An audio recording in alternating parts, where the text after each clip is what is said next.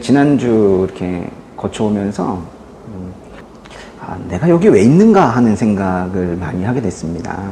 여기에서 뭐 학생들도 가르치고 있고 설교도 하고 하는데 사실은 저에겐 두 개 다 어렵고요. 다 부담이 크고 그리고 내가 과연 이게 할 수 있는 사람이긴 한가. 제가 요즘 들어 제일 많이 생각하는 게 내가 제일 모르는 건 한국사인 것 같은 거예요.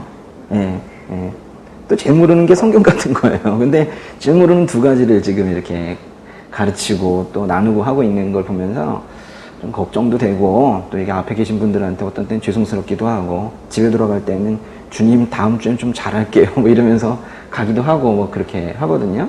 그러면서 여기에 왜 이렇게 나를 있게 하시고 또 여기 계신 분들도 왜 그 자리에 있게 하실까?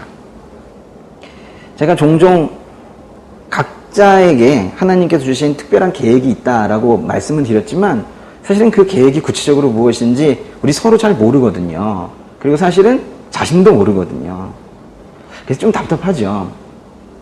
좀 다 알려주시면 좋겠는데 10년 후에는 이렇게 될 거고 20년 후에는 이 자리에 가 있을 거고 이런 식으로 말씀을 해주셨으면은 뭐 다른 생각하지 않고 좀 안정감 있게 근데 그쪽을 위해서 뭐 딴 신경 안 쓰고 그냥 그 하나만을 이렇게 노력하며 살 것 같기도 한데 우리의 입장에서는 근데 그렇게 알려주고 계시지 않거든요. 우리는 사실은 1시간 뒤도 잘 못 보고요. 그냥 바로 이게 지금 현재 일어나는 일 정도 보고 있는 거예요. 우리가 가장 잘하는 건 뭐예요? 과거죠, 과거. 제일 잘하는 건 과거예요. 그러니까 우리는 잘 모르는 거를 생각하는 것이 좀 두렵거든요.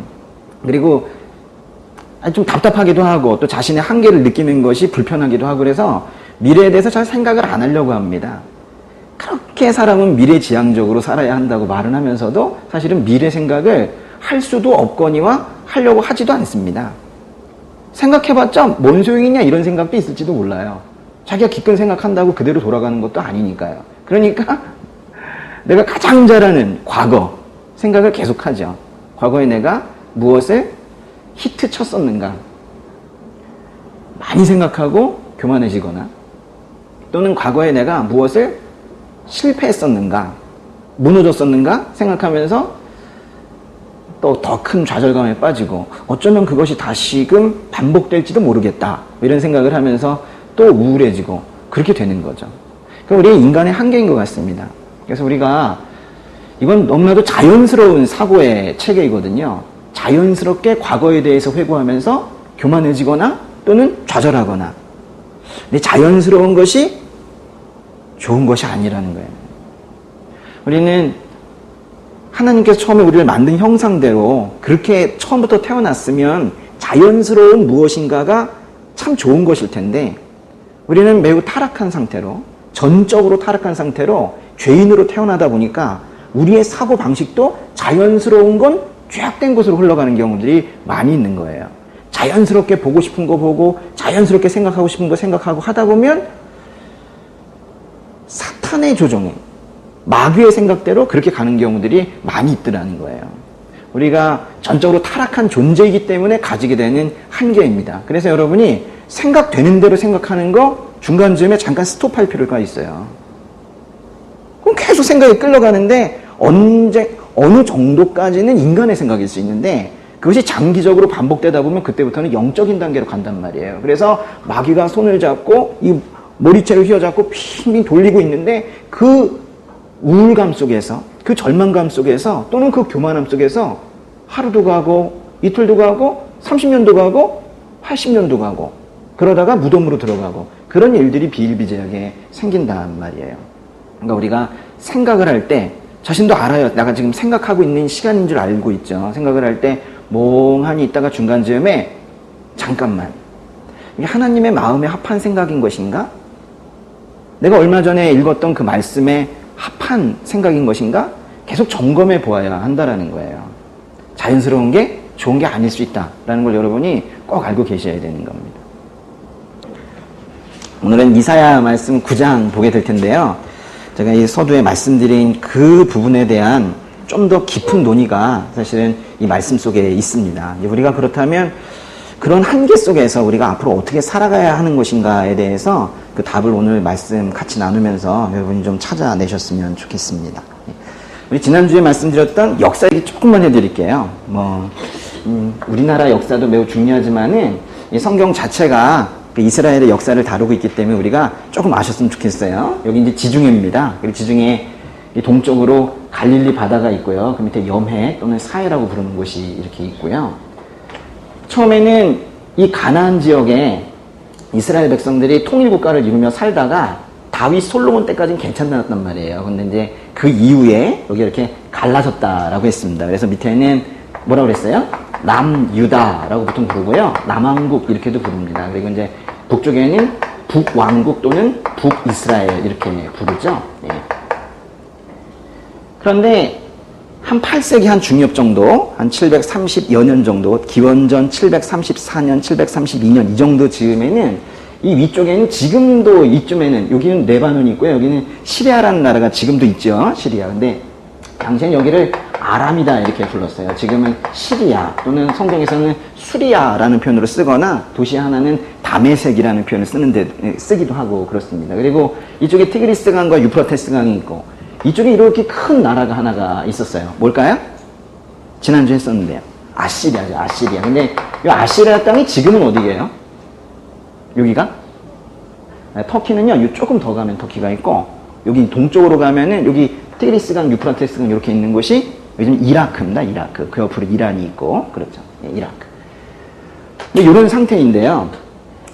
당시에 이 아람과 북이스라엘이 연합을 맺어가지고 아시리아와 대립하면서 이제 싸우려고 합니다. 그러면서 이 남유다도 아람과 북이스라엘이 너도 우리와 함께 아시리아와 싸우자 그랬는데 이 남유다는 싫다고 그랬죠. 오히려 남유다의 경우에는 나는 아시리아 편이다 이랬단 말이에요. 그래가지고 당시에 이 아람의 르신이라는 왕과 북이스라엘의 베가라는 왕이 있었는데 이 둘이 연합을 해서 이제 쳐들어가게 된 거예요. 그래서 이제 남유다의 당시의 왕은 아스라는 왕이었는데요. 이 아스라는 왕이 그래서 벌벌벌 떨면서 그 두려움에 사로잡혔었던 그런 이야기가 지난주에 이사야 7장에서 다뤘던 겁니다. 근데 결국엔 어떻게 됐어요? 결국 이 아시리아를 하나님께서 보내셔가지고 벌벌 떨고 있는 남유다, 너 괜찮다, 널 구하겠다 하셔가지고는 결국 아시리아가 내려와서 아람의 르신도 죽여서 아람이란 나라는 아예 역사에서 사라져버리고요. 그리고 이 북이스라엘의 베가도 죽었어요. 예, 그리고 북이스라엘은 겨우 살아남긴 했지만은 이 아시리아의 속국, 위성국가 그 정도가 되어버린 겁니다. 그렇다면 이제 남유다의 경우에 남유다의 아스는 어떤 생각을 해야 되냐면 하나님께서 아시리아라는 이방인을 쳐서 나를 공격하던 이 연합국들을 멸망에 시켜주셨구나. 감사하다 주님 이래야 되는데 역시 아시리아야 이랬단 말이에요. 어떤 신적인 개입에 대해서 영적인 눈이 떠지지 않으니까 못 본 겁니다. 그래가지고 역시 아시리아다 이랬단 말이에요. 역시 사람이 날 도울 수 있구나 라고 생각을 했다는 거예요. 그래가지고 심지어 그래서 아시리아의 신을 믿기로 결정을 하고 아시리아가 이 다메섹 쪽에 만든 신전을 그대로 모방해서 이 남유다에 만들기도 하고 하는 이런 일들을 했단 말이에요. 그러니까 얼마나 어처구니가 없는 거예요. 그래서 하나님께서 아시리아를 또 보내셔서 남유다도 치게 됩니다. 그러니까 항상 어떤 구원의 단계에서는 그때 터닝 포인트가 있어요.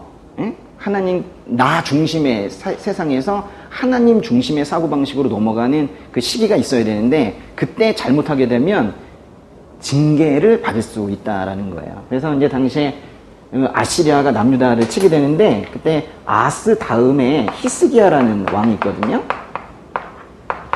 이 히스기야 왕일 때, 그럼 기원전 701년 정도 됐을 때, 당시 아시리아 왕은 산헤립이라는 왕이 있었는데, 그때 히스기야를 가서 치게 됩니다. 그것도 아시리아가 치고 싶어 친 것이 아니라, 하나님께서 끝까지 이 역사의 모든 것을 하나님께서 주관하신다라는 것을 깨닫지 못하는 남유다를 깨우치게 하기 위해서, 당시에 아시리아의 산헤립을 보내신단 말이에요. 그런데 히스기야 때 산헤립이 히스기야를 쳐서 남유다가 거의 멸망을 할 뻔했지만 멸망은 하진 않았어요. 엄청 당했지만 많이 죽고 포로도 잡혀갔지만 멸망은 하진 않았어요. 멸망은 나중에 바벨론이라는, 여기 밑에 바벨론이 점점 커가고 있었거든요. 나중에 바벨론이라는 국가에 의해서 멸망하게 됩니다. 그럼 이사야서 8장 8절을 한번 볼까요? 이사야서 8장 8절에 보시면은 유다까지 침범에 휩쓸고 지나가면서 그 강물이 목에까지 차오를 것이다. 그러나 임마누엘이여 그가 날개를 펼쳐 내 땅을 전부 덮을 것이다. 혼자 볼 때는 좀 힘든 문장이기도 한데 이게 그런 뜻이에요. 거기 보시면 유다까지 침범에 휩쓸고 지나가면서, 말하자면 이 아시리아가 지금 북이스라엘은 다 멸망시켰으니까 이 아래까지, 이 북이스라엘은 720년에 이미 망합니다. 그리고 나서 이 남유다까지 쳐내려 가는데 거기 보시면은 그 강물이 목에까지만 차오른대요. 그러니까 숨을 쉴 수 있겠어요, 없겠어요?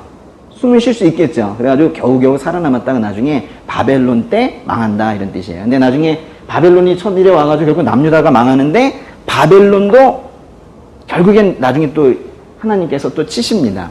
이 전체가 다 이사야서 이야기가 그런 내용으로 되어 있어요.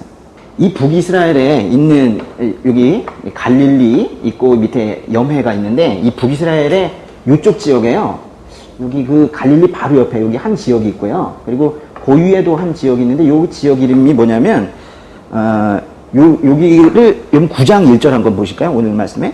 9장 1절에, 거기 스불론이라는 말과 납달리라는 땅이 있죠. 여기 납달리가 여기에 있는 거예요. 납달리가 여기 있고, 스불론이라는 곳이 여기에 있습니다. 스불론. 옛날에 북이스라엘이 있었던 지역, 요 갈릴리 지방이라고 하는데요. 보통 여기 갈릴리 지방이라고 하고, 요 아래지역은 이제 유대 지방이라고 하고, 요 가운데를 사마리아 지방, 그렇게 말을 하는데요. 요 위쪽에 갈릴리 지역에 이 두 도시의 이름이 납달리와 스불론이에요. 이 납달리와 스불론은 그러니까 아시리아가 북이스라엘을 칠 때에도 엄청 당했겠죠. 그러다 나중에 남유다를 칠 때에도 여기를 계속 치고 내려오니까 계속 당했겠죠. 그 말하자면 이 납달리와 스불론이라는 단어는 이 성경에서 계속 침공을 당하는 그런 지역인 거예요. 우리 역사에도 그렇지 않습니까? 우리 저 북부 지역에 아마도 이 납달리와 스불론은 우리 한반도 역사에서 가장 가까운 지역으로 친다면 의주 정도일 거예요. 의주 아세요? 압록강 바로 아래쪽에 가장 많이 당하는 곳, 그 정도 될 거예요. 위에서 이제 거란족, 여진족이 쳐내려오는 것처럼 여기처럼 이렇게 아람, 아시리아 이런 애들이 쳐내려와서 항상 괴롭게 하는 곳, 납달리와 스불론. 그러니까 여기는 평화가 없고요. 항상 당하고 고통이 많고 한 그런 곳입니다. 9장 1절 한번 읽어볼게요. 그러나 고통을 겪고 있는 사람들에게 어둠은 이제 사라졌다. 전에는 그가 스불론 땅과 납달리 땅이 모욕을 당하도록 내버려 두셨지만 이후로는 바닷길과 요단강 저편의 땅과 이방 사람들이 사는 갈릴리를 영광스럽게 하셨다. 2절 읽어볼게요. 어둠 속에서 걷던 백성이 큰 빛을 보았고 죽음의 그림자가 드리운 땅에 사는 사람들 위에 빛이 비쳤다. 그랬어요. 여기 보시면 이제 9장 1절에 그러나 이렇게 하고 시작했는데 더 정확한 표현은 사실 그럼에도 불구하고일 거예요. 그럼에도 불구하고. 왜냐하면 그 9장 1절 앞에 나오는 8장 이야기가 끝까지 모든 역사에 하나님이 주관하시고 널 구한 것도 하나님이시다라는 걸 깨닫지 못하고 있는 그 남유다에게 심판을 선언하는 내용들이 8장 뒷부분이기 때문에 그런 심판이 있을 것이다 라고 8장이 끝나고 9장 1절에 그러나 그럼에도 불구하고 라는 것은 심판은 있겠지만 이런 뜻이에요. 심판은 있겠지만 하나님께서는 자신이 선택한 백성을, 자신이 선택한 그 사람을 결코 포기하지 않으시고 결국 구원해 내시겠다라는 메시지가 9장에 이어지는 겁니다. 고통을 겪고 있는 사람들에게 어둠은 이제 사라졌대요. 스불론 땅과 납달리 땅이 예전에는 모욕을 당하도록, 그래서 계속 외부 세력에 의해서 많이 고통을 당했지만 그래서 내버려 두셨지만 이제는 영광스럽게 하실 거라는 겁니다. 그래서 9장 2절에 보니까 큰 빛을 보게 하겠고 빛을 비추어 주겠다라는 거예요. 이 납달리와 이 스불론 사람들은 위에서 내려오는 그 많은 침략군들을 가장 정면에서 맞게 되는 지역들이에요. 그러니까 말하자면 이쪽에 하나님의 백성들이 살고 있는데요. 하나님의 백성들이 당하기 전에 제일 먼저 당하는 곳 있죠. 그게 바로 납달리와 스불론이에요. 어떤 가족의 고난에도 가장 먼저 그거를 감당하는 사람이 있어요. 어떤 민족의 경우에도 그 민족의 고통을 가장 먼저 경험하는 곳이 있어요. 저는 저희 가정에서는 전 줄 알았어요. 근데 아니더라고요. 저희 애들인 것 같아요, 애들이. 이게 자기라고 생각하는 사람들도 많이 있어요. 왜 나만 우리 가정에서 먼저 내가 이렇게 영적인 고통을 당해야 되는가? 왜 내가 혼자 십자가를 지는가? 뭐 이런 표현들 쓰는데 사실은 아닐 수 있죠. 저희 가정에서는 저희 첫째 아이라고 생각을 하고 있는데요. 전 옆에서 졸졸 그 그늘 밑에서 오히려 안전하게 따라간다고 생각하고 있고 그렇습니다. 근데 이제 사람의 인생마다 이 납달리와 스불론이 또 따로 있습니다.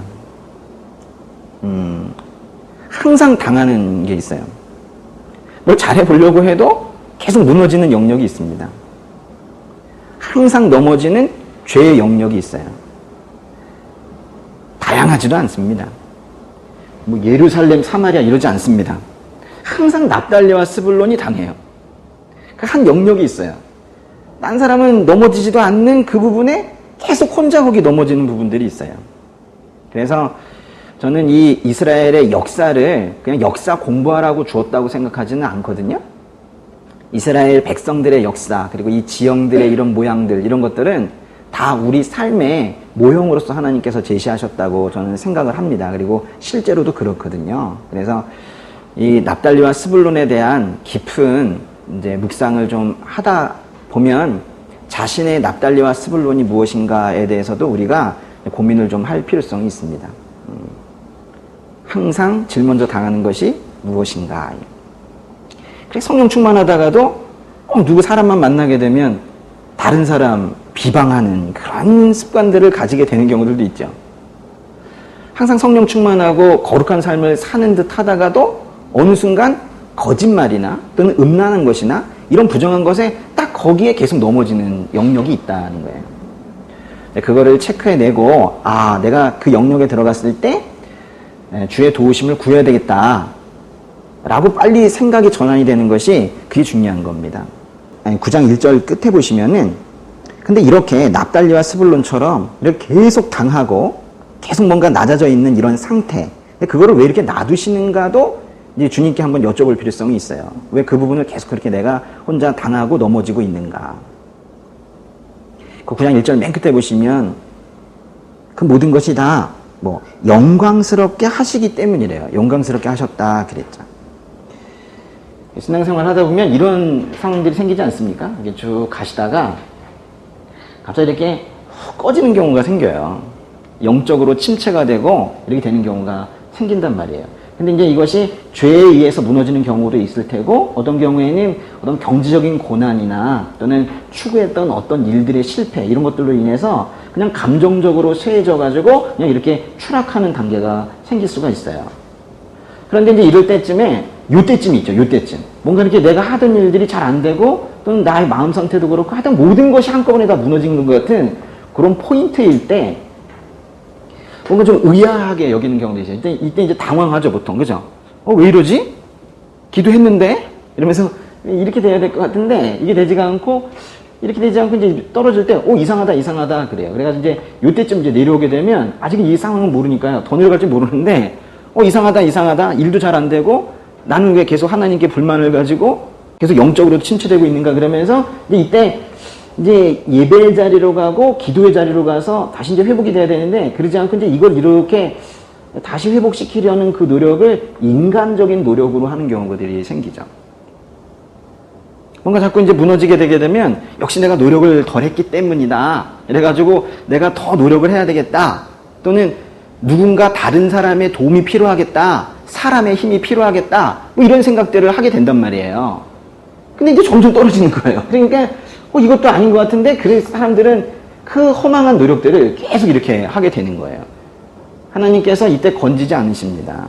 하나님께서 하나님을 잡을 때 하나님께서 손을 잡아서 끌어올리시는데, 계속 사람의 손을 잡으려고 하고 자기의 의지와 자기가 여태까지 가지고 있었던 그 일천한 경험에서 나온 지식으로 뭔가 해보려고 하는 거, 이제 이 수렁에서 일어날 수가 없는 거예요. 그러다가 너무 많이 내려간 거죠.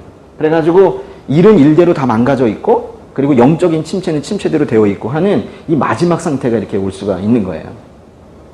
이때 더 내려갈 수도 없는 이런 상태가 이제 오는 거죠. 이때 이제 내 힘으로는 아무것도 할 수 없다 라는 생각을 하시는 분들은 이제 올라갑니다. 근데 이때 소망이 없다 그러면은 사실 이제 목숨을 끊는 상태까지도 가게 되는 거죠. 그러니까요, 하나님을 이때 내려올 때 꼭 만나야 돼요. 이때 이게 뭔가 어려움이 있을 때 하나님 만나지 못하고 계속 내려가게 되면 이상한 쪽으로 가게 될 수가 있어요. 빨리 자신의 신앙뿐만이 아니라 주변에 있는 가족들의 신앙도 빨리 챙겨주셔야 돼요. 그래도 다행히 하나님을 알고는 있었다. 그러면 이제 이때쯤에 내 힘으로는 아무것도 할 수 없다라고 그렇게 이제 고백을 하고 주님 도와주세요. 제가 손 들었습니다. 이렇게 하게 되면 이제 올라가죠. 근데 중요한 게 뭐냐면요. 아까 여기서 이게 떨어졌잖아요. 이제 올라가는데 성경에서도 그렇게 증거하고 있고 저의 경험적으로도 볼 때 올라갈 때 더 올라가더라. 이게 신앙의 성장의 비결이거든요. 이게. 그러니까요, 사람들이 이렇게 올라가고 싶어 하죠. 근데 그게 안 됩니다. 우리 나약한 우리가 항상 이렇게 고난을 겪고 힘든 일이 있을 때 그때 난 도저히 아무것도 할 수 없습니다 라는 이제 고백이 있게 되었을 때 하나님밖에 하실 수 없습니다. 저의 인생은 오직 하나님이 이끄셔야지 제 힘으로 할 수 없습니다. 숱한 실패의 경험 속에서 저는 이제 저 힘으로 제가 뭘 하려고 제가 주도하면서 하나님의 도우심만 구하는 정도의 신앙생활 저는 하지 않겠습니다 라고 하면 그때 확 끌어올려 주시는 거예요. 그럼 이때쯤에 이제 이렇게 이전보다 더 높은 상황으로 올라가는데요. 그럼 이때 이게 위에 올라가게 되면 여기에 있는 게 뭐냐면은 이게 이제 기쁨이라는 거예요. 기쁨. 신앙생활의 기쁨이 여기서 이렇게 오게 되는 거거든요. 그리고 뭐 워낙에 이 상황을 알기 때문에 대비되어서 그런지 훨씬 더 큰 기쁨을 가지고 이렇게 신앙생활을 하게 되는 거예요. 여러분 9장 3절 보세요. 9장 3절에 그래서 그런 과정을 거친 사람들이 기쁨을 가지게 된다는 겁니다. 9장 3절 읽어볼까요? 주께서 이 백성을 번성케 하셨고 기쁨을 키워주셨습니다. 사람들이 추수할 때 기뻐하고 전리품을 나눌 때 즐거워하듯이 그들이 주 앞에서 기뻐합니다. 그랬어요. 이 말씀 드려도 되는가 모르겠는데 어제 시험 있었죠? 시험 보고 한 자매님이 시험을 못 본 것 같아요. 네, 근데 기쁘다 그러면서 문자를 보내셨더라고요. 네, 눈물이 나더라고요. 제가. 근데 그게 왜 가능할 수 있냐는 거예요. 그게 왜 가능할 수 있냐는 거예요. 경험을 해서 그래요. 경험을 해가지고 지금 한 이쯤 가 있는 거예요. 이렇게 막 올라가고 있을 때 이때쯤에 지금 뭔가 어려움을 만나게 됐기 때문에 그냥 기쁜 거예요. 그럼 이 사람은 주께서 어떻게 보시느냐? 저는 반드시 손을 잡아주신다 생각해요. 그리고 반드시 이끄실 것이다.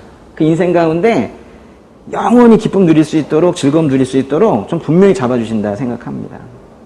사실은 이 말씀이요, 우리의 인생 가운데에서만 이렇게 성취된 것이 아니라 실제로 성취가 되었는데, 이렇게 보시면 이렇게 계속 넘어지는 영역, 납달리와 스불론, 이 지역이 사실은 이 밑에 있었던 성전이 있었던 예루살렘보다 더 멋진, 더 빛이 나는, 어둠은 사라지고 더 큰 빛이 비추는 그런 지역이 되어갑니다.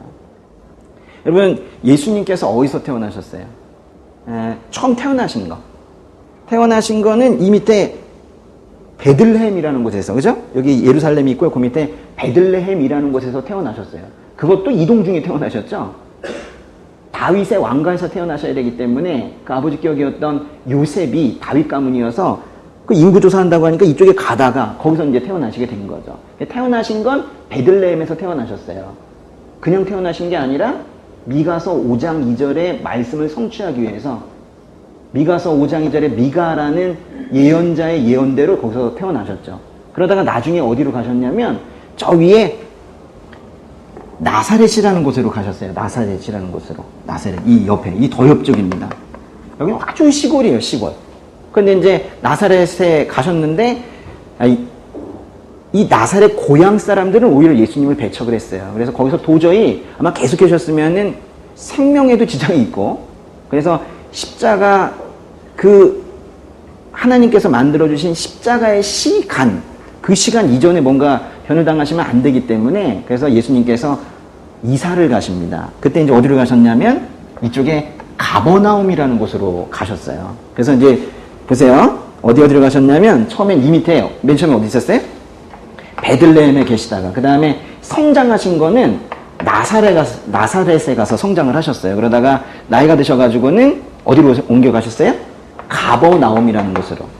베들레헴이라는 곳에서 나셨다가 나사렛으로 가셨다가 그 다음에 가버나움이라는 곳으로 가셨어요. 그래서 이 가버나움이라는 곳은 여기 갈릴리 호수, 사실 거의 바다인데요. 이 갈릴리 호수 주변을 가버나움이라고 그래요. 우리 잠깐 한번 찾아보고 싶은 게 있는데요. 마태복음 잠깐 가보겠습니다. 마태복음의 4장 12절. 저 가버나움이 어떤 곳인데 예수님께서 가셔서 빛을 발하신 저 가버나움이 저기서 많은 사람들 병자 고치시고 여기서 이제 기적을 일으키셨는데요. 가버나움이 무엇인지 마태복음 4장 12절부터 17절 사이에서 한번 보도록 하겠습니다. 4장 12절. 요한이 감옥에 갇혔다는 소식을 듣고 예수께서 갈릴리로 물러나셨습니다. 4장 13절 같이 읽을까요? 예수께서 나사렛을 떠나 스불론과 납달리 지역의 호숫가가 있는 가버나움에 가서 그곳에 사셨습니다. 그래서 가버나움이 어디예요?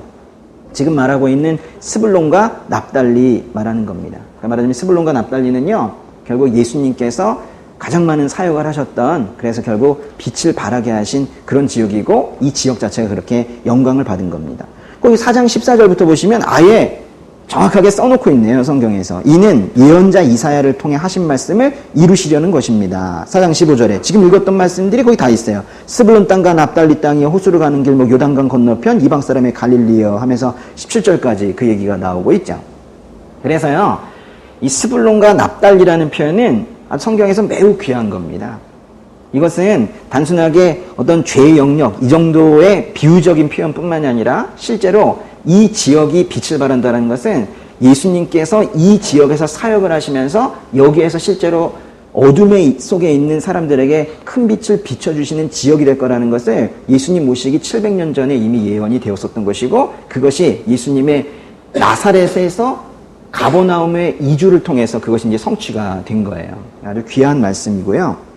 9장 3절 아까 좀 보셨는데 거기 보시면 9장 3절에 주께서 이 백성을 번성케 하셨고 기쁨을 키워주셨습니다. 그쪽에 갈릴리 지역에 있는 그 어려운 가운데 그 외침이 많고 한 외세의 침입으로 힘들고 고통스러웠던 그 지역 사람들에게 기쁨을 주셨대요. 사람들이 추수할 때 기뻐하고 전리품을 나눌 때 즐거워하듯이 그들이 주 앞에서 기뻐합니다 라고 했는데요. 여기 보시면 추수할 때 기뻐했다는 건 당시에 농경사회에서 추수 때만큼 기뻐한 게 어디 있겠습니까? 엄청난 기쁨이란 뜻이고, 당시에 각 국가 간에 전쟁이 많을 때이기 때문에 전쟁을 하고 나서 그 전리품을 나눠서 가지는 것도 이들에게는 또 2차적인 소득이었었는데 그것을 나눈 것만큼 큰 기쁨이라는 거예요.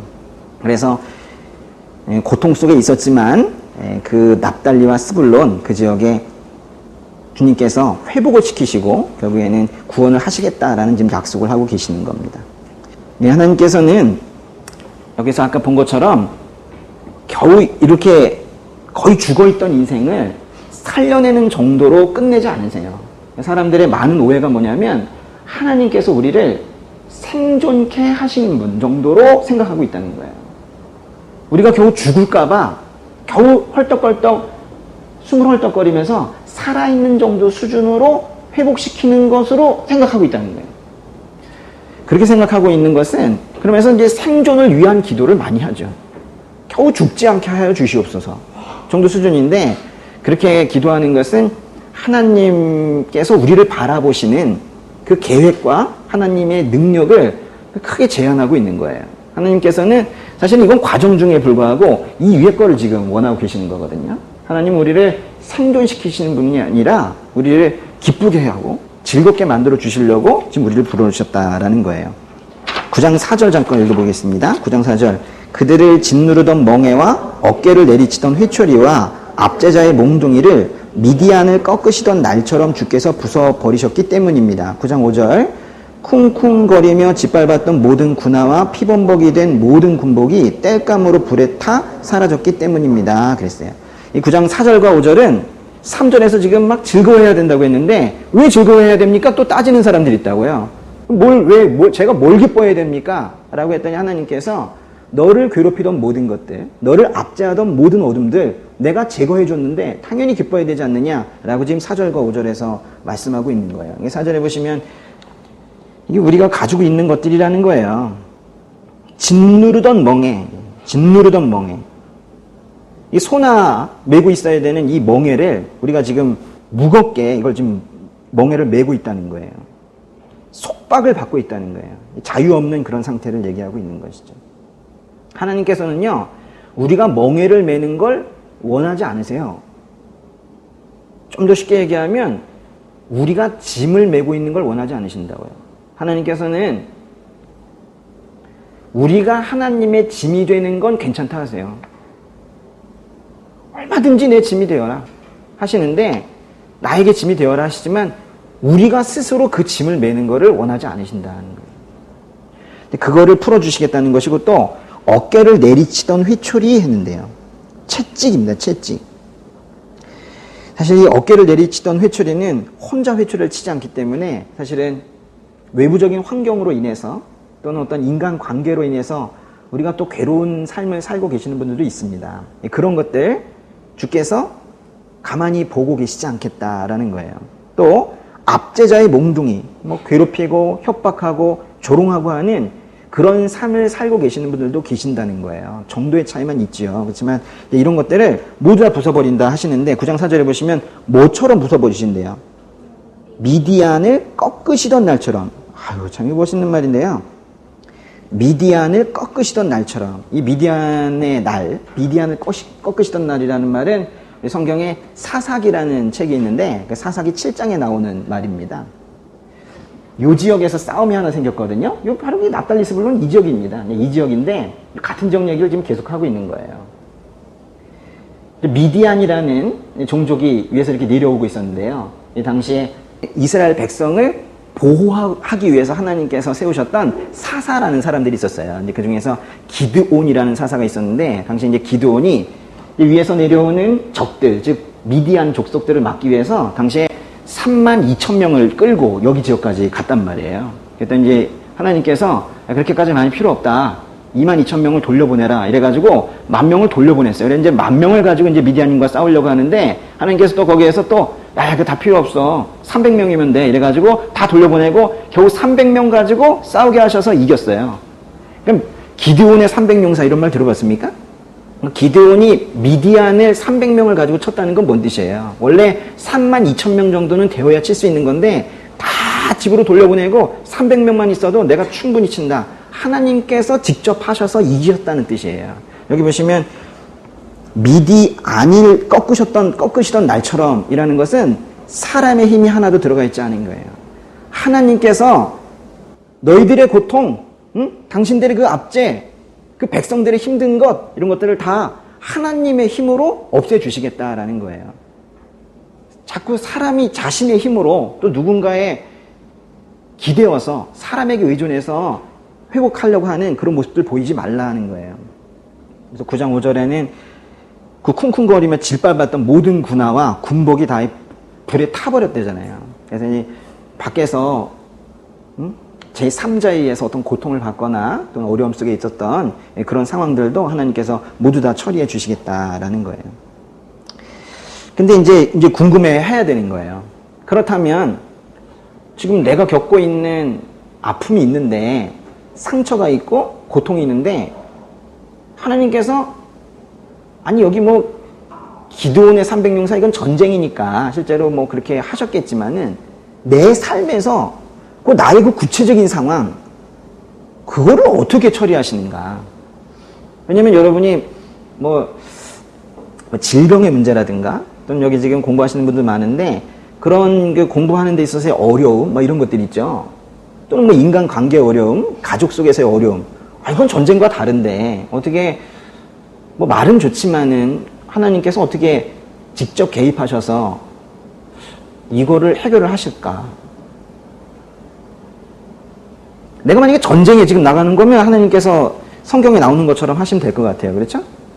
하지만 나의 이 구체적인 삶 속에서 하나님께서 나를 어떻게 구원해 내실까? 이게 궁금해 해야 되는 거예요. 그래서 그럼 어떻게 하신다는 겁니까? 라고 물었더니 이제 9장 6절에서 대답을 하는 거예요.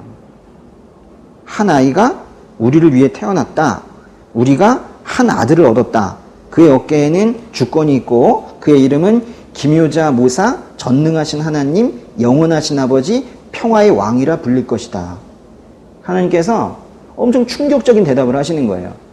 그럼 제 삶의 고통 어떻게 하실 건데요? 라고 했더니 한 아이를 태어나게 해서 그것을 없애주겠다, 해결하겠다, 이렇게 말씀을 하시는 거예요. 거기 보시면은 그 한 아이는 아들입니다. 우리가 한 아들을 얻었다, 아들이고요. 그의 어깨에는 주권이 있대요. 뭔가 세상을 통치할 힘이 있대요. 그러면서 별명을 두었는데요. 거기 보시면 그의 이름은 뭐래요? 기묘자 묘사인데, 요즘에는 이거를 두 단어로 이렇게 보기보다도 많은 분들이 기묘한 묘사, 모사라고 해석을 하시는 분들이 훨씬 많아요. 기묘하신 모사. 이렇게. 모사가 뭐예요? 보면 이제 모사꾼, 그럼 좀 나쁘게 얘기하는 거지만, 이제 모사는 뭐 전쟁이나 또는 어떤 프로젝트를 할 때 거기에 지혜를 내서 지혜자를 얘기하는 거예요. 지혜자. 그러니까 여기 그래서 이 기묘한 모사를 영어로는 wonderful counselor 이렇게도 표현을 하기도 하는데요. 그러시고 또 그 아들은 우리에게 주실 그 한 아들은 전능하신 하나님이래요. 영어로 쓸 때에는 아주 강한 하나님이라 이래가지고 mighty God이라는 표현을 쓰고요. 영원하신 아버지, 또 평화의 왕이라고도 부르실 거래요. 여기 보시면은 뭐 기묘한 모사 정도는 사람에게도 쓸 수 있는 말 같아요. 그리고 평화의 왕 정도도 그렇게 쓸 수 있을 것 같은데, 거기 중간에 보시면 전능하신 하나님, 그 새로 태어날 그 아기에게 전능하신 하나님이나 또는 영원하신 아버지라는 어떤 신적인 용어들을 쓰는 거는 쉽지 않을 것 같은데요. 그러니까 이건 그래서 어떤 이스라엘 역사 속에 나타나는 어떤 사람으로 보기에는 마땅치가 않은 거예요. 분명히 누군가 어떤 신적인 존재와 인간적인 존재를, 그 속성을 모두 가지신 어떤 분을 보내시겠다라고 하는 겁니다. 사실 이게 한 아이가 태어났다라고 했는데, 아이 태어나는 이야기가 이미 한 번 있었습니다. 지금 이거 9장 보고 계시는데 7장에 한 번 있었죠. 그렇죠? 우리 지난주에 봤던 거는 7장 14절에. 7장 14절에 어떻게 되어 있었어요? 그러므로 주께서 친히 다윗 왕실의 표적을 보여주실 것입니다. 보십시오. 처녀가 잉태해, 여기도 누굴 낳아요? 아들을 낳고 그를 임마누엘이라 부를 것입니다. 그랬는데 같은 이야기입니다. 말하자면 이제 메시아를 보내주시겠다라고 하는 거예요. 아직은 뭐 예수님이라는 표현은 지금 나오진 않고 있지만은 메시아를 보내주시겠다라고 하는 거예요. 이 이사야서에는요, 이제 700년 후에 이제 메시아를 보내서 그 한 아들을 통해서 어떠한 방식인지는 너희들이 아직은 잘 모르겠지만 내가 반드시 한 아들을 보내겠다. 그래서 너희들을 구원하겠다. 이렇게 지금 말씀하고 계시는 건데, 이사야서에는 이 한 아들, 즉 이 메시아에 대한 예언들이 여기저기에 있는데요. 7장에도 있고 9장에도 있고 11장에도 있고 42장에도 있고 50장에도 있고 53장에도 있는데요. 오늘 다 볼 수는 없고요. 7장은 이미 보셨는데 하나만 더 보실게요. 11장 잠깐 가보세요. 11장에. 이게 왜 지금 중요한 것이냐면, 우리가 지금 믿고 있는 예수님, 그분 우리가 우리의 구원자이다, 메시아다 하는데 정말로 그분이 구원자 맞냐는 거예요. 이런 근본적인 질문을 해야 되는 거 아닙니까? 하나님은 믿겠는데 예수님을 못 믿겠다라는 분을 좀 본 적이 있어요. 그것도 제자 훈련에 가가지고. 찬양을 안 하시더라고요. 근데 그때 저는 좀 이상한 사람이야, 그럼 오지 말든가, 뭐 이렇게 생각도 했지만은 지금 생각해보면 이런 근본적인 질문이 있어야 되는구나, 좀 그렇게 생각을 해요. 우리는요, 믿어라 한다고 믿어지지 않습니다. 우리가 믿는 것은요, 경험한 것, 또 직접 경험하지 않았다 하더라도 내가 판단하기에 합리적인 의사 판단에 의해서 증거가 있다고 생각하는 거. 좀 다른 말로 하면 근거가 있을 때 그걸 믿는 거예요. 그거 없이도 믿을 수 있어요. 그렇지만 무너집니다. 그래서 제가 예수님을 믿게 되고 신학교를 들어가면서 제가 유일하게 추구했던 건 하나예요. 제가 신학교 들어가면서 계속 기도했던 거, 예수님을 알게 해주세요. 다른 분이 아니라 예수님이 저의 구원자라는 것을 확실하게 알게 해주세요. 그래서 저에게 신학하는 그 기간은 계속 예수님 찾기였던 것 같아요. 하나님을 의심해 본 적은 없는 것 같아요. 창조주 하나님, 그 믿음이 아주 견고했는데 그분이 보내신 분이 예수님인지 지금 뭐 자기가 예수라고 하는 사람도 많은데 그분 중에 한 분 아니면 어떡합니까? 사실은 고민해 봐야 되는 거예요. 정말 내가 믿는 그분이 나의 메시아인지 확실해야 되지 않습니까? 평생 그분이라고 생각하고 믿고 있었는데 아니면 어떡하는 거예요? 그래서 제가 매 학기마다 다른 분들 공부하지 않는 것까지도 계속 찾아가면서 그분이 예수인가? 그분이 메시아인가? 그걸 계속 고민을 했었던 거예요. 그러면서 제가 구약을 보면서 일부러 구약을 많이 봤어요. 구약의 그분이 내가 믿고 있는 그 예수님인지 그걸 찾기 시작을 한 겁니다. 근데 제가 이 이사야서 11장의 1절 보세요. 이사야 11장의 1절이 아주 저에게 아주 큰 충격을 줬던 것 중에 하나인데요. 이사야가 이렇게 말을 했어요. 이제 하나님의 음성을 들어서 이렇게 전달한 거죠.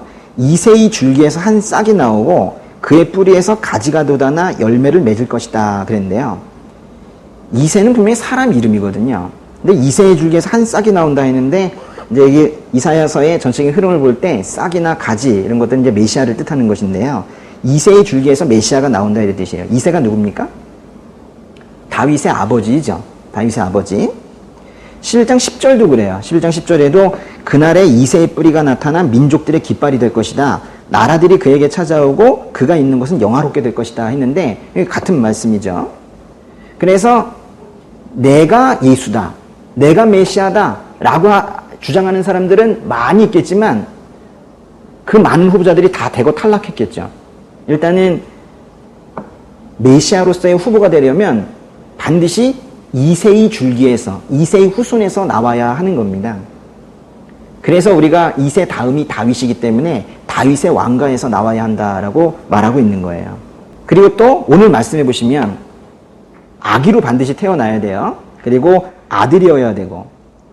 근데 이제 이렇게 메시아가 온다라는 것이 이제 사람들에게는 엄청 충격적이었던 거죠. 왜냐하면 사실 뭐 당시에 압제 속에 있었던, 당시에 또 특별히 기원 후 1세기쯤에는 여기 이제 로마 제국이 여기를 정복해가지고 압제하고 있었던, 거의 반식민지 만들어 놓았던 그런 시대인데, 이때 메시아가 온다고 하면 요즘식으로 하면 제특이 편대라도 끌고 이렇게 오시거나, 또는 뭐 영적으로 본다면 아주 그냥 무서운 큰 날개를 가지고 나타나셔서 내 말 안 듣는 그런 족속들은 내가 이렇게 처벌한다 하면서 한 유럽에서 순식간에 한 1,000만 명, 아시아에서 한 2,000만 명, 이 정도 이제 죽여 가시면서 그렇게 이제 크게 나오셨다면 사람들이 벌벌 떨면서도 아마 믿었을 거예요.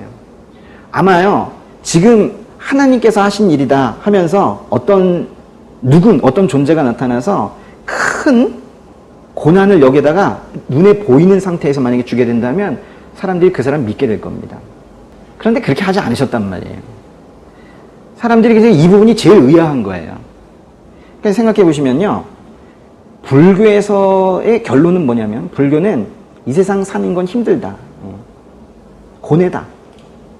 그래서 그걸 어떻게 피해볼까? 회피하는 방법. 그럼 어떻게 하면 회피할 수 있어요? A는 B이고 B는 A다. 뭐 이러면서, 그죠? 그것도 그거고 아닌 것도 그거다. 뭐 이러면서 이제 가잖아요. 이슬람과 천주교는 어떻게 합니까? 뭐 힘들고 상처 있고 죄 많고 이래도 그 죄의 포인트나 상처의 포인트가 한 300점 쌓여 있어도 그래도 뭐 선행의 포인트가 500점, 600점 쌓이면 뭐 구원받겠지. 이런 식인 거죠. 그러니까 뭔가 근본을 해결하지 못하고 계속 그렇게 가고 있는 이제 세상의 종교들이 있는 거예요. 그런데 그건 나름 합리적이에요. 그래서 세상의 종교들이 합리적이라고요. 뭔가 선행을 하고 사람들을 도우면 구원받을 수 있고 나의 삶도 바뀌고 복도 내려질 것이다. 이렇게 믿고 있는데 이 기독교가 힘든 거예요. 도저히 이해가 되지가 않는 거예요.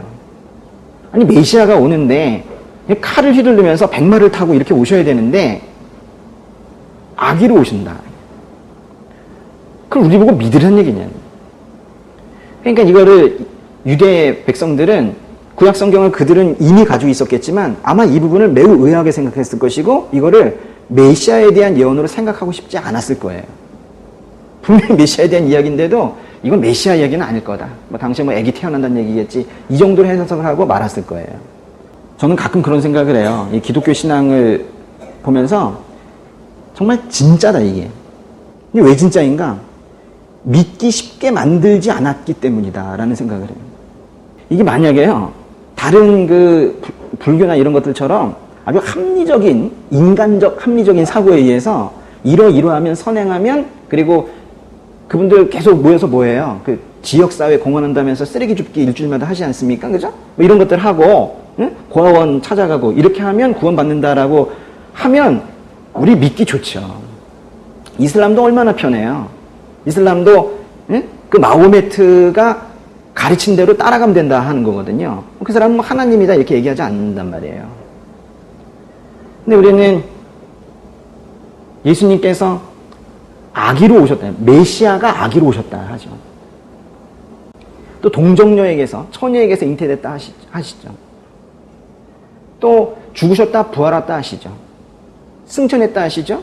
다시 재림했다 하시죠. 사실 사람이 만든 종교라면 절대로 이렇게 만들지 않습니다. 한번 생각해 보세요. 사람이 이걸 만들었다면 저라면 이렇게 안 만듭니다. 사람들이 의심 하나도 없이 그냥 인간적인 사고 수준에서 충분히 이해할 수 있을 만큼 정도의 교리를 만들겠죠. 그러니까 기독교는요, 신비의 종교입니다. 그러니까 기독교는 그냥 멍하니 믿을 수 있는 종교가 아니에요. 사람의 수준을 뛰어넘은 거예요.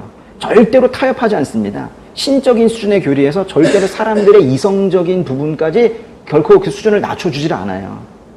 그걸 낮추면 이단이라고 하는 겁니다. 그러니 우리처럼 인문주의적 교육을 초등학교 때부터 받아온 우리가, 진화론적 사고에 깊이 빠져있는 우리가 이거를 순전하게 받아들이기가 그렇게 쉽지 않다라는 거예요. 그래서 깨야 하는 겁니다. 그러니까요, 기독교 신앙은 그냥 멍하니 있어서 받아들여지는 게 아니라 우리가 처절하게 깨가면서, 우리의 자아를 깨가면서 그래서 이제 받아들여야 되는 거예요. 아기를 보내서 우리를 구원한다는 게 말이 되냐는 거예요. 근데 그렇게 하셨다는 거예요. 왜?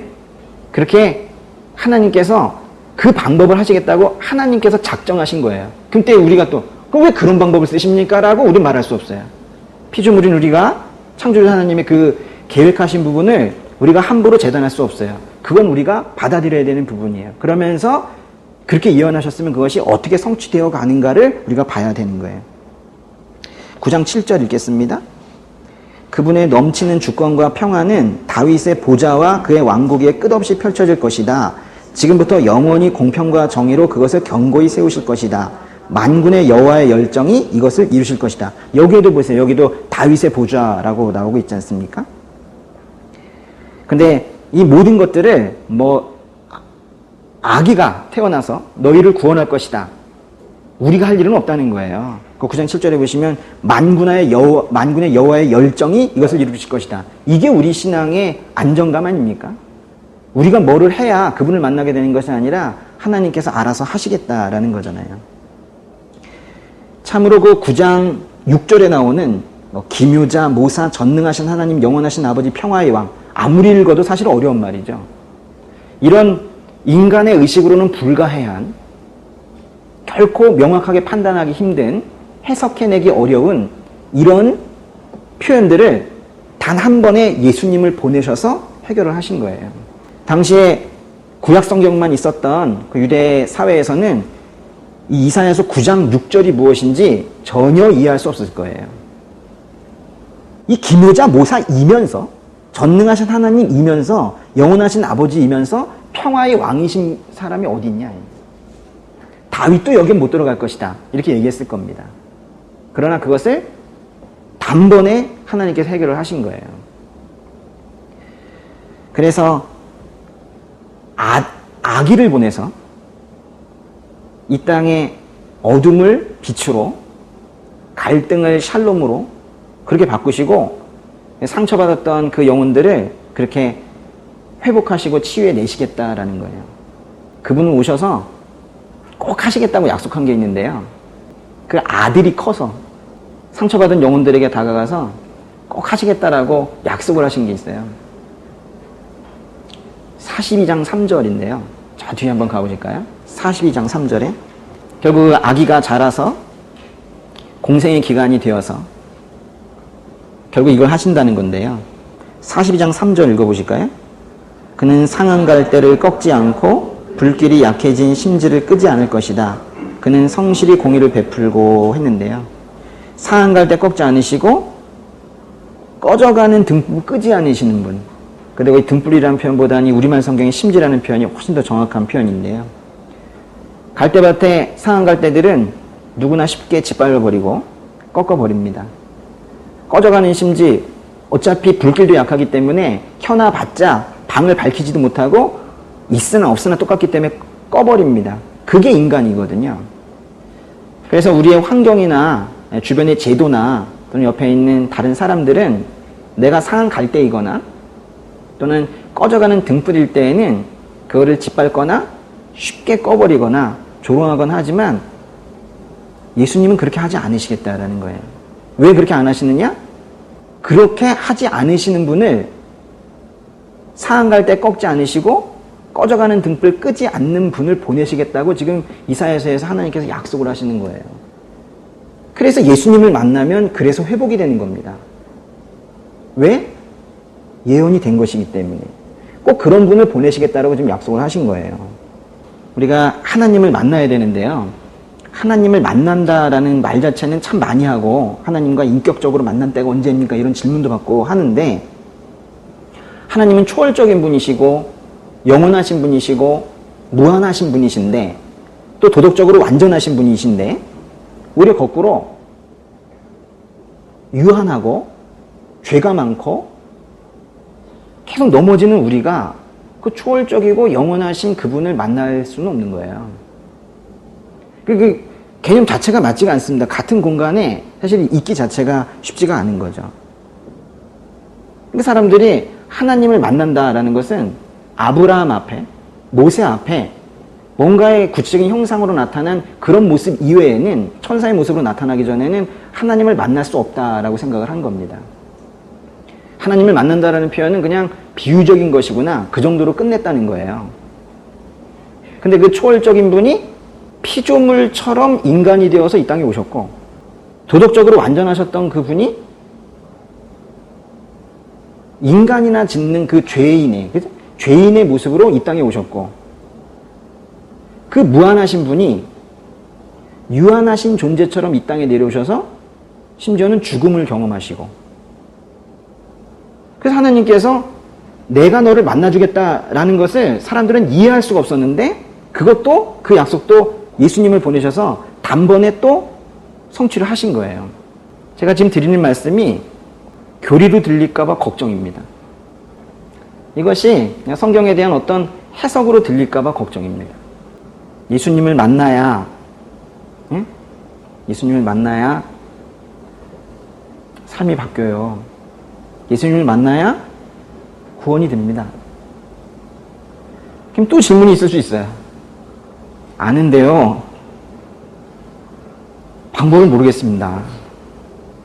뭔가 계속 교회에만 가면 자꾸 만나라고 하는데 how to도 말씀해주지 않고 솔루션을 알려주지 않고 계속 만나라고만 합니다. 그리고 못 만났을 때는 정죄해요. 지옥 갈걸? 이런단 말이에요. 어떻게 만납니까? 이렇게 또 질문할 수 있겠죠. 저는 그 답을 알 수 있을까요? 예수님을 만난다는 것은요, 그냥 가만히 있는다고 되는 건 아닌 것 같아요. 분명히 이제 하나님께서 모든 계획을 세우시고 하나님께서 우리를 이끌어 가시지만 그 과정에 사람의 순종의 몫이 있거든요. 순종의 몫이 있단 말이에요. 우리가 지적인 깨달음이 아닌 뭔가 영적인 깨달음의 단계가 있는데요. 사실 우리가 그 깨달음이 없이 하나님을 만나긴 쉽지 않아요. 예전에 예수님께서 부활 승천하신 후 예수님을 실제로 만났다. 또 예수님께서 보내신 성령을 경험했다라는 오순절 사건이라는 것이 있습니다. 마가의 다락방에서 예수님 가신 이후에 성령이 불같이 내려와서 사람들이 성령 하나님을 만나게 됐단 말이에요. 사람들이 이제 그거를 보면서 뭔가 이제 뜨거운 불처럼 내려오는 성령을 받아서 병이 낫고 환상을 보고 예언을 하고 이러면 이제 하나님을 만났다 또는 예수님을 만났다 라고 얘기하는 사람들도 있어요. 그러나 그거는 세 번째 단계예요. 그것만 구하게 되면 신앙이 무당으로 갑니다. 신앙이 가지 말아야 할 방향으로 가게 돼요. 그쪽으로만 쫓아가는 사람들도 있어요. 우리가 십자가를 만나고 예수님을 만나기 위해서는 반드시 깨달아야 되는 것이 두 개가 더 있는데요.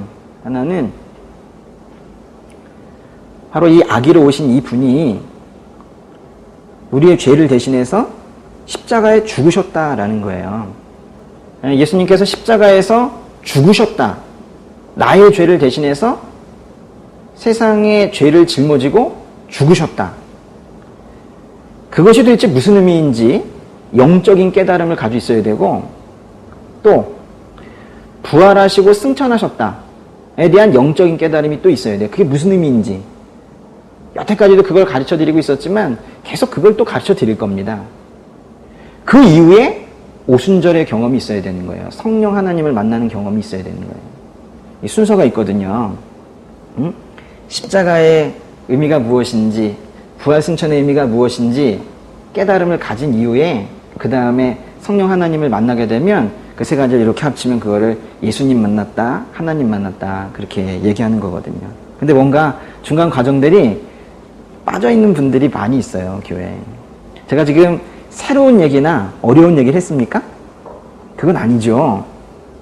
전 예수님께서요, 이쪽에서 활동하셨다는 게, 납달리 스불론에서 활동하셨다는 게 저는 큰 저에게 위안이 돼요. 사실 성전이 밑에 있었거든요. 굳이 얘기한다면 여기는 우리가 살고 있는 죄악된 땅 같고, 여기는 하나님의 임재가 있는 그런 하늘 같은 그런 느낌이에요. 그런데 예수님께서는 어디에서 사역하셨어요? 오셨다가 가셨다가 오셨다가 가셨다가 그러셨죠. 그리고 예수님을 만난다는 것은 예수님께서 나와 하나님 사이에 이 중보자가 되신다라는 것을 또 믿는 건데요. 예수님을 알지 못하고는 절대로 하나님을 만날 수 없습니다. 예수님께서 사역을 올라가셨다가 내려가셨다가 이렇게 한 거 저는 그냥 하셨다고 생각하진 않아요. 전 이스라엘의 모든 역사와 지형과 예수님의 생애가 다 우리에게 모든 걸 가르쳐주고 있다라고 생각을 하는데요. 이거 두 개에 연결하는 거 예수님 아니셨으면 안 됐습니다. 더군다나 다른 사람들은 또 이 사마리아지요. 그 혼혈들이 모여있는 거 싫다고 이렇게 요단강 동편으로 이렇게 가기로 했는데 그냥 바로 가셨잖아요. 그렇죠? 뭔가 사마리아라는 이런 개념 자체도 하나님과 우리를 예수님께서 연결시키는 것에 전혀 방해가 되지 못했다라는 거예요. 그러니까 예수님께서는 사마리아를 직접 통과하시는 그 경험을 통해서, 그 사건을 통해서 내가 하나님과 너희들을 연결시켜주는 것에, 즉 연합시키는 것에 나에게 방해될 것은 아무것도 없다, 또 그렇게 보여주시는 거예요. 그래서 심지어는 요한복음에서 뭐라고 말씀하시냐면, 요한복음 14장 20절에 한번 읽어볼까요? 그날에 너희는 내가 내 아버지 안에 있고 너희가 내 안에 있으며 내가 너희 안에 있음을 알게 될 것이다 그랬죠. 이 말 한번 잘 보세요. 그날에 너희는 내가 내 아버지 안에 있고, 그러니까 하나님이 계세요. 하나님 안에 누가 있어요? 예수님이 계시죠, 그렇죠? 예수님이 계세요.